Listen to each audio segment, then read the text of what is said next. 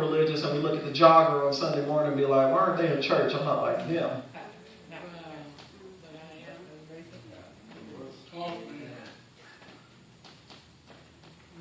Not realizing that God hates pseudo-religion just as much. That's right. Woo, that's right. Yes, yes,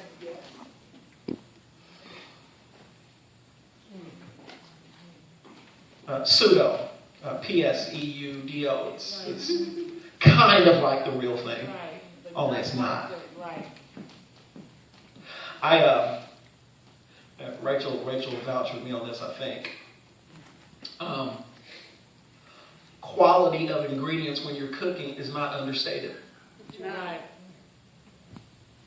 I remember one time I made these little chocolate chip cookies. They're pretty good. I think they're pretty good. They disappear, so there's a lot of sympathy among the children for those cookies. I like to use, and it costs a little bit more. It costs a little bit more. The real thing costs a little bit more. But you can tell on the tasting side when that investment has been made. That's right. Right? And so I call Ethan my little taste tester. Ethan is when I cook something, I want somebody to try it out, I'll call Ethan, because Ethan will tell me for real. That's right. It's good. Right. Yeah. Right. And so I think Ethan kind of thinks like me, is that if something's bad and you celebrate it, they'll keep making it that way. Right. Good. Right? Yeah, of course. Right. So tell them the truth that they may grow. Yeah. Stop making me nasty. But I remember Sister Sandy, I wanted to make some cookies, and I was like, budget's a little low. I was going to Aldi's and get kind of the, their version of, their version of chocolate chips and all that stuff, and got their version of candy bars, and the cookie came out looking like the cookies do, but the difference was in the taste. That's right. And so I kind of now my cooks in here know what I'm talking about. When you make something for somebody, and how many people know that you kind of hate when somebody makes something because they look you in the face to see the first bite. Right. Yeah. It's bad. It's kind of like, So I made these cookies, and I didn't see a whole lot of enjoyment on his face. And he was just like, oh, they're okay. They're not as good as the other ones you made. Now, all of that to say this. Don't spend your time, especially in the church, investing in lesser ingredients.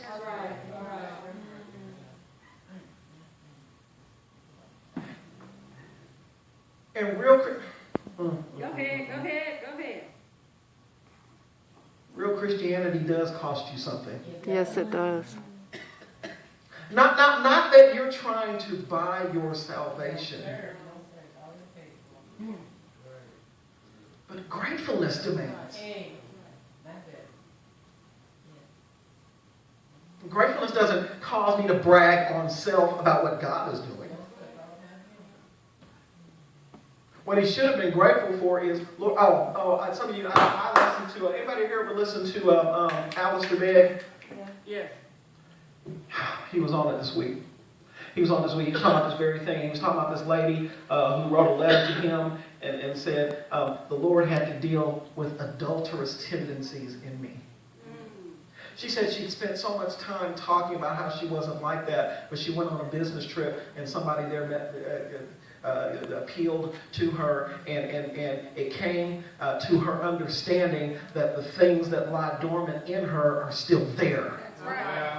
Oh, yeah. Oh, God, yeah. And it caused her to call on God even more, because Lord, I don't want to fall. I don't want to mess up, Lord. And if I get overconfident in what I'm doing and who I am, I'm destined to fall. That's right. Absolutely.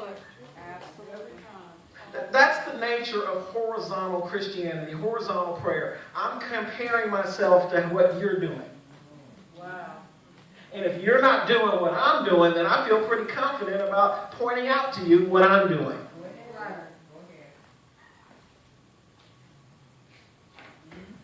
But I want to be more like this publican. Yes. Yes. that there is a sense of brokenness about me every time I step through those doors. That's right. That I didn't deserve to be here this morning. When was the last time you looked at coming to church as an undeserved privilege? Mm-hmm. When was the last time you thought of what a blessing it is to be numbered among the saints? When there was all kind of wretchedness in me, all the wickedness and filth that I used to participate in, and found pleasure and delight in stuff now that is just vile. All right. Go ahead, Pastor. I'm gonna say something. Somebody's gonna get mad. Can I just? Come on. That's a precursor. Somebody's gonna get upset about what I'm saying. Go on and say it. We come to church pretty arrogantly. Yes, we do. Yes, we do. Like God better be glad I'm here. Oh. Lord be glad I'm here. We do. Help, Lord. It would be something that God showed us just for a second how much danger He kept us out of this week. Oh my God. Amen. Man, pick this out. Deanne, wake up, everybody. Wake up. Some of y'all sleep. Wake up. Listen, I want you to hear this. Listen. Deanne was driving on the interstate on a busted strut. Wow.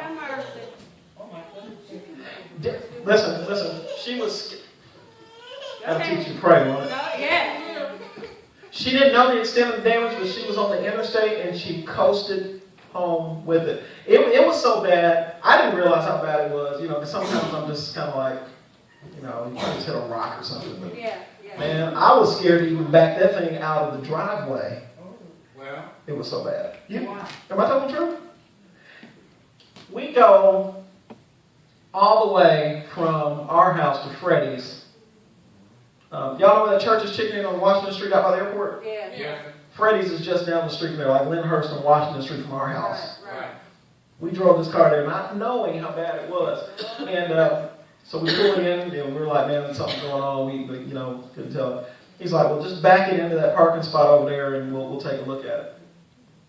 I'm back in the van from his front door to that parking spot, and some of the mechanics gave gleeful yet spicy declaratives of what they saw.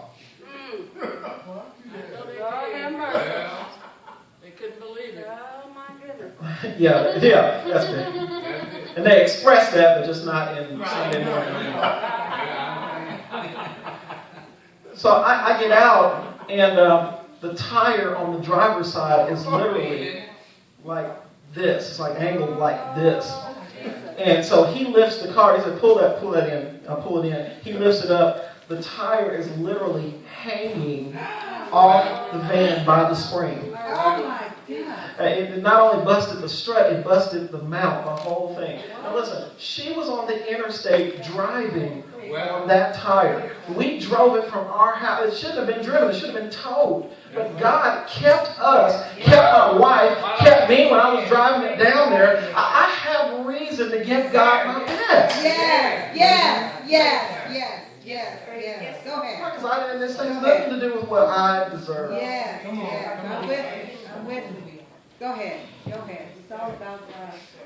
Yes, sir. Woo, it's all about God. It's all about God. See, and some of us are here but not here.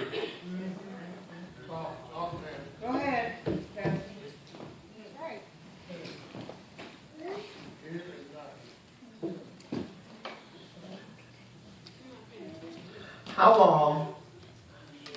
How long, listen, how long halt ye between two opinions?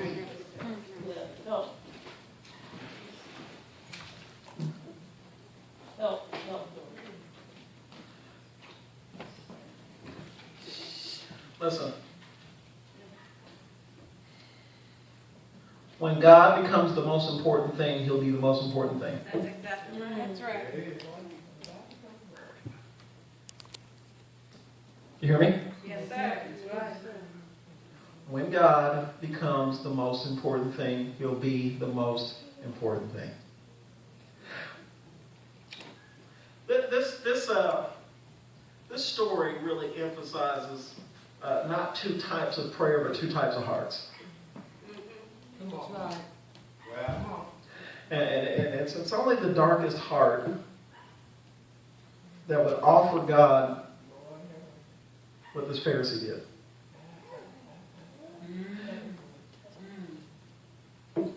Many of us are living life on the me program. Yeah. Disgusting. My entertainment's all about me. What I do is all about me. My life, everything is all about me. I squeeze God in on the weekends. That's it. The biggest blessing in your life is when you go to the background and let God have His way in your life. Now, when you allow for that to happen, you begin to see yourself in a different way. And that's when you come in and you're like, man, this... You sure do. Talk, sir. I don't even deserve to be standing here Come on. this Come morning. on. Go ahead. Go ahead. Talk, sir. Go ahead. Preach this morning.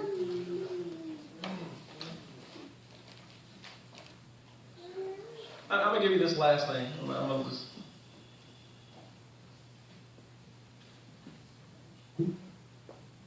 Brokenness brings change. Sure Yes.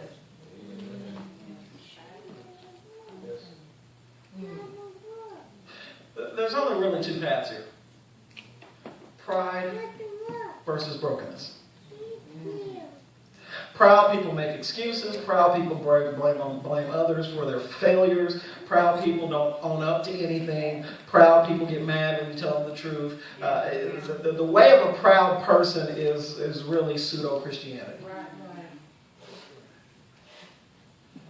But if you're broken enough, listen, I'm almost done. Listen, if you're broken enough to say, Lord, I haven't been the husband I should be, He'll make you a different husband. That's right. Lord, I haven't been the son I should have been. He will make you a different son. That's right. Lord, I've been making excuses for this behavior, but I know it's not pleasing to you. Lord, please deal with this. I mean, God can deal with jacked up people. That's right. That's right. You're not so messed up that God can't turn you around. God has no problem fixing messes. What God hates is pride. Yes, sir. Yes, sir. Yes, sir. God resists. The Sister pride. G, God goes to war. That's what That's what resistance is. It's God goes to war against pride. Resist the problem. Give grace to the humble. He gives grace to the humble. Are you willing this morning to be like the publican? I said, Lord, I made some mistakes. But I'm presenting myself to you. And I ask for one thing. Go ahead. Go ahead. Because the only thing a guilty person can ask for is this. Be merciful. Please. Yes, sir. Please. And if you have enough sense to ask God for mercy, He'll pour it out in abundance. Yeah. And He'll begin using you. Yeah. He'll begin working through you and in you. One thing I thought about in this, and I was looking at myself, man, pride is a very subtle thing. And it can show itself in many subtle ways. And we don't realize the problem that we have with pride. That's why we have to ask the Lord to deal with us, not on a surface level, but Lord, get down and root out that deeply rooted stuff in me that even I can't see. Make me over again. And the person who is not perfect, the person who is broken, will go home justified. That's right. God will start doing some stuff. How many people here got some stuff and I go, Lord, I got some stuff I need you to do? Yeah. You don't have to itemize it, but it's just, man. Come on. Come on.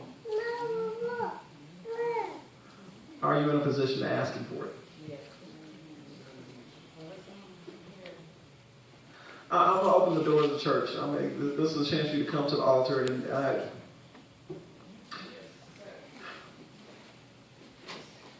I pray that you will do business with God when you come to the altar. That's my only thing I'm going to say by way of invitation.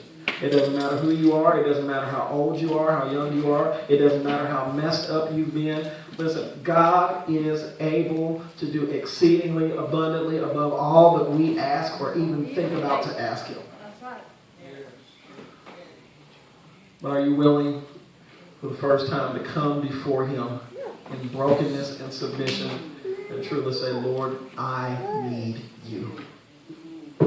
Here's your chance to do that.